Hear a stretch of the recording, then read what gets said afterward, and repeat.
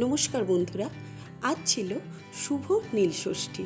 তো সব সন্তানদের মঙ্গল কামনার জন্য মায়েরা যায় পুজো দিতে।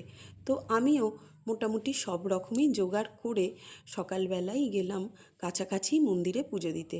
তো ছিল বেলপাতা, আকন্দ ফুল, 5 রকম ফল, সন্দেশ এবং আরও কিছু যা কিছু লাগে সমস্ত জোগাড় করেই গেলাম কাছাকাছি মন্দিরে পুজো দিতে।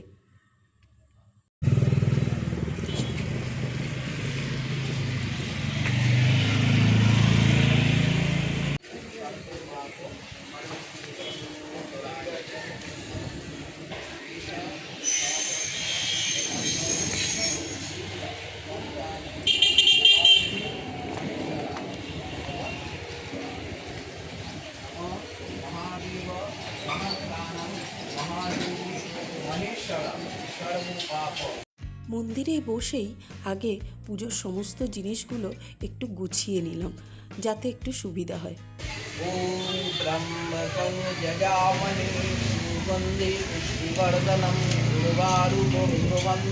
এখানের মন্দিরের সবথেকে একটা ভালো লাগার জিনিস হলো ঠাকুরমশাইরা বলেন যে আমাদের নিজেদেরই ঠাকুরের চরণে সব কিছু অর্পণ করতে, যেমন মালা, বেলপাতা, সঙ্গে আমরা যে সমস্ত জিনিস যেমন ফলমূল যা নিয়ে যাই, ওনারা বলেন যে আমাদের নিজেদেরই ঠাকুরকে অর্পণ করতে।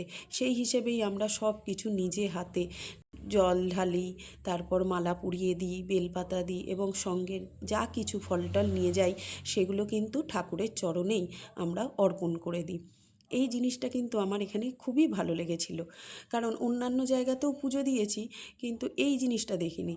তো তারপর আমরা সকলেই যেই কজনই থাকি না কেন, ঠাকুরমশাই তাদের অঞ্জলি দেয়ালেন এবং কপালে তিলক দিয়ে দিলেন।